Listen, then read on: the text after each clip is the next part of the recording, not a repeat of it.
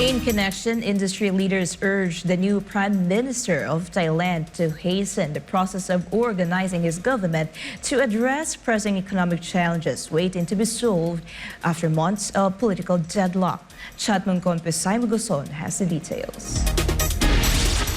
Incoming Prime Minister Thavisin faces attacks of revitalizing Thailand after months of political stalemate limited the government from achieving economic expansion. The business community urged the newly appointed leader to hasten the process of organizing a new government to promptly address a sequence of pressing challenges. These economic challenges include fragile exports, a looming drought crisis, managing high household debt, as well as giving assistance to struggling small and medium-sized enterprises or SMEs. The chairman of the Federation of Thailand Industries or FTI expressed the need for Seta and his cabinet to begin work immediately to revitalize the national economy. Meanwhile, the chairman of the Thai National Shippers Council stressed the need for the new government to focus on solutions to weak exports, the looming drought crisis, and uneven economic conditions. Moreover, the president of the Thai Hotels Association believes it is better to establish a new government immediately to allow the industry to prepare for a stronger influx of tourists in the next 3 months. Several world leaders, on the other hand, conveyed their greetings to the incoming Prime Minister and expressed their willingness to expand bilateral ties under the new government of Thailand. รายงานจากราชบุรี นายชัดมงคล พิสมัยโกศล SMS ประเทศไทย สวัสดีครับ Several world leaders congratulated the new Prime Minister of Thailand after his election officially ended 3 months of political deadlock. Anissa de Guzman reports.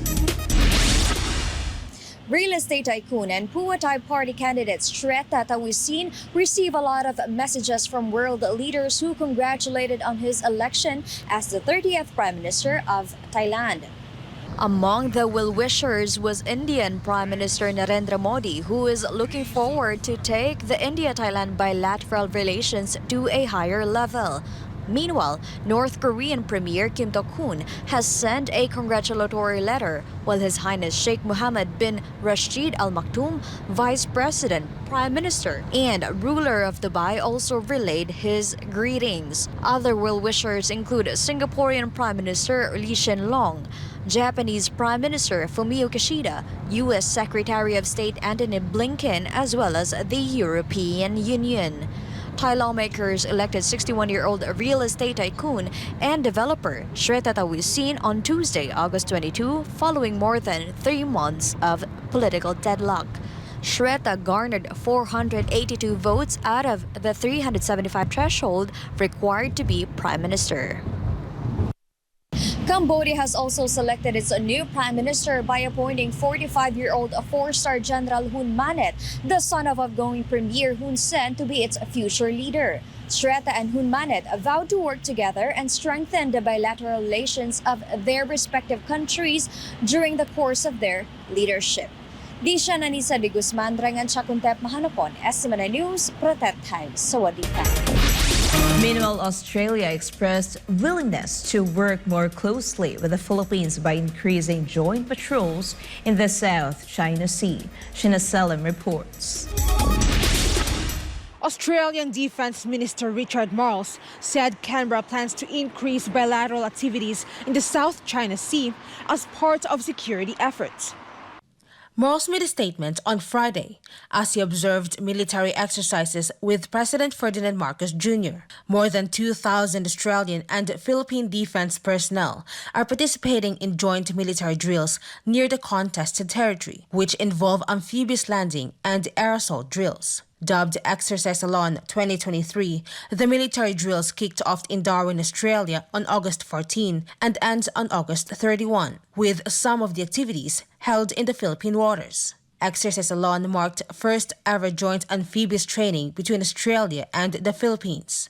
Meanwhile, Australian Prime Minister Anthony Albanese will visit the Philippines from September 7 to 8, 2023, making him the first sitting Prime Minister to visit the Southeast Asian country in 20 years.